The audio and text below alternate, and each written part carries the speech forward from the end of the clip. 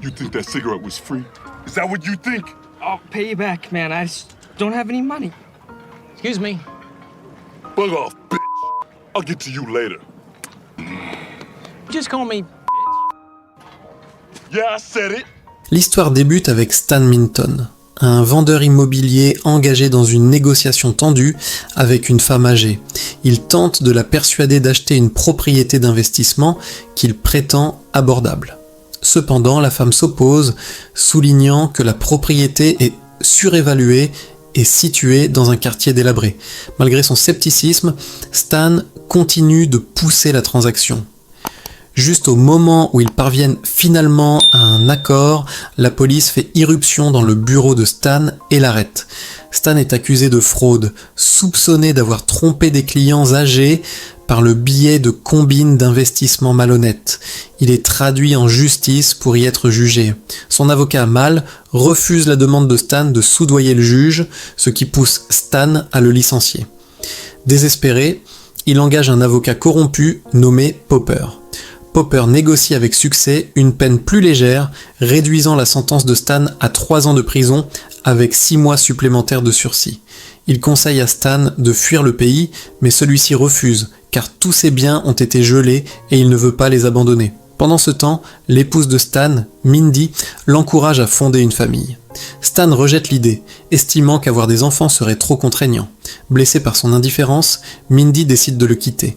Submergé par sa vie qui s'effondre, Stan se rend dans un bar et paie un ancien détenu pour qu'il lui parle de la vie derrière les barreaux. L'homme décrit la prison comme un environnement brutal, rempli de harcèlement et de violence, souvent ignoré par les gardiens. Déterminé à éviter de devenir une victime, Stan commence à se préparer pour la prison. Il tente de se muscler en utilisant des injections de stéroïdes, mais ses efforts donnent peu de résultats. Il rejoint un dojo de karaté local pour apprendre l'autodéfense, mais devient frustré par l'entraînement monotone.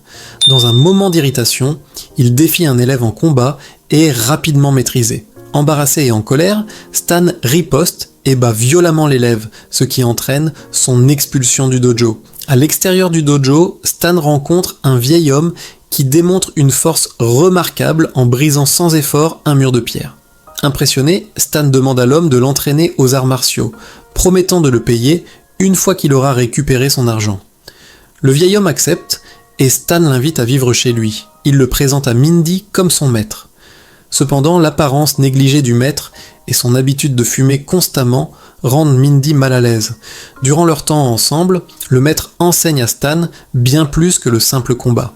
Il lui inculque une discipline stricte, incluant des routines d'entraînement rigoureuses et un régime alimentaire contrôlé pour développer l'endurance et la force mentale. Alors que Stan se consacre de plus en plus à son entraînement, il commence à négliger Mindy. Sentant abandonnée, elle finit par le quitter. Bien qu'ayant le cœur brisé, Stan continue son entraînement sans se décourager. Après avoir enduré des défis physiques épuisants, Stan maîtrise finalement les arts martiaux enseignés par son mentor. Pour célébrer sa transformation, il invite le maître et Popper à dîner. Durant le repas, le maître révèle que Stan n'est que son 2e élève. Il l'avertit de ne jamais croiser le chemin de son premier élève qui utilise les arts martiaux à des fins maléfiques. Enhardi par ses nouvelles compétences, Stan rend visite à Maître Chu, le directeur du dojo qu'il avait expulsé, et le défie en revanche. Cette fois, Stan domine le combat et vainc Maître Chu, prouvant le chemin parcouru. Avec sa confiance restaurée, Stan se livre aux autorités pour purger sa peine. Le maître et Popper l'accompagnent, tandis que Mindy observe à distance, les larmes aux yeux. La scène se déplace vers un bus de transport pénitentiaire transportant Stan et plusieurs autres détenus. Durant le trajet, un détenu tente de harceler Stan, mais celui-ci riposte rapidement et l'avertit de ne pas recommencer. À l'arrivée, Stan est assigné dans une cellule avec un homme plus âgé nommé Larry Schwartz. Stan interroge Larry sur la vie en prison et apprend l'existence des détenus les plus notoires. Dans la cour, Larry lui signale 3 gangs majeurs. Le gang noir dirigé par Cleon, le gang mexicain dirigé par Juanito et le gang nazi dirigé par Patterson. Le détenu le plus redouté est Big Raymond, connu pour intimider et agresser sexuellement les nouveaux prisonniers. Lorsque Big Raymond tente de harceler Robbie, un jeune nouveau détenu arrivé avec Stan. Ce dernier intervient et le bat dans un combat singulier. Sa force et son absence de peur lui valent une réputation formidable. Depuis son bureau, le directeur de la prison Francis Gask observe Stan attentivement, élaborant clairement des plans le concernant. Désormais respecté et craint, Stan devient un protecteur dans la prison. Robbie l'approche avec gratitude pour l'avoir sauvé. Stan, anticipant d'autres conflits, commence à fabriquer des armes improvisées pour se défendre.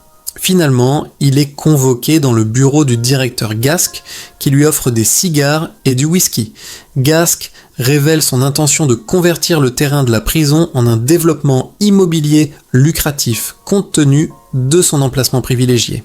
Il croit que l'expérience immobilière de Stan pourrait être utile et lui offre une libération conditionnelle anticipée en échange de son aide.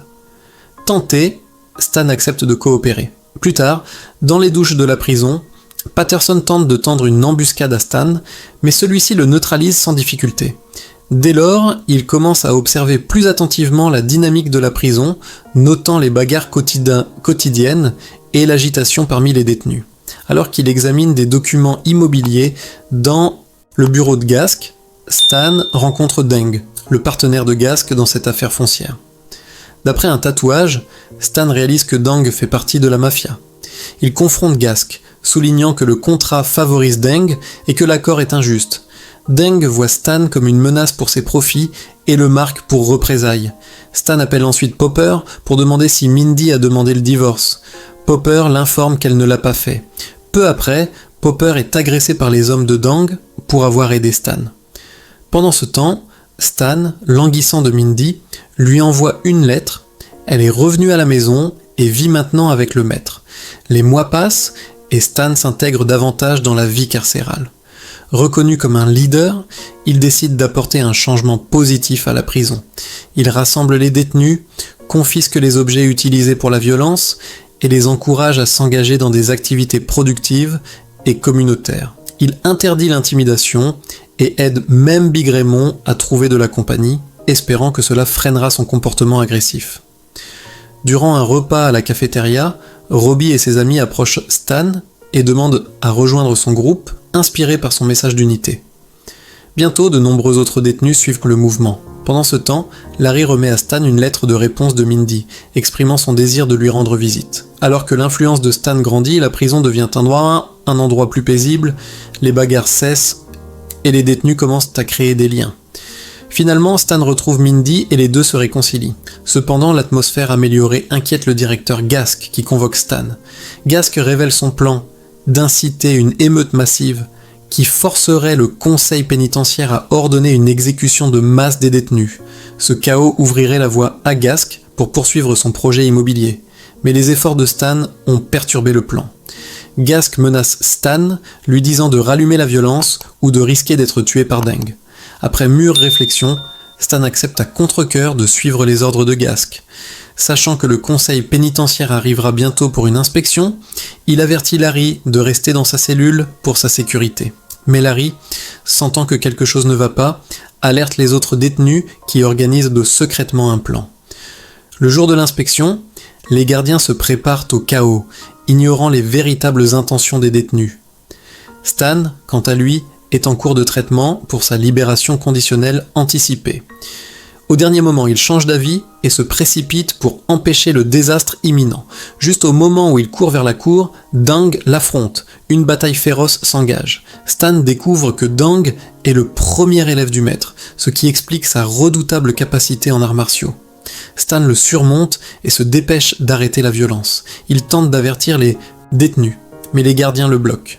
De retour dans la cour, au lieu de se soulever, les détenus exécutent leur plan. Ils commencent à danser ensemble. Ce comportement inattendu déroute les gardiens qui hésitent à agir, puisque danser ne compte pas comme de la violence. Furieux, Gask saisit l'arme d'un gardien et commence à tirer devant le conseil pénitentiaire. Juste au moment où Gask s'apprête à tirer sur Stan, Mindy et le maître arrivent. Ils s'étaient infiltrés dans la prison et avaient découvert la situation. Mindy intervient et sauve Stan. 3 ans plus tard, Stan est finalement libéré sous la supervision du nouveau directeur de la prison. Gask, désormais prisonnier lui-même, est montré sous le contrôle de Big Raymond. Popper aussi a fini en prison. Stan est récupéré par Mindy, le maître et leur enfant, Mindy Jr. alors que le film se termine.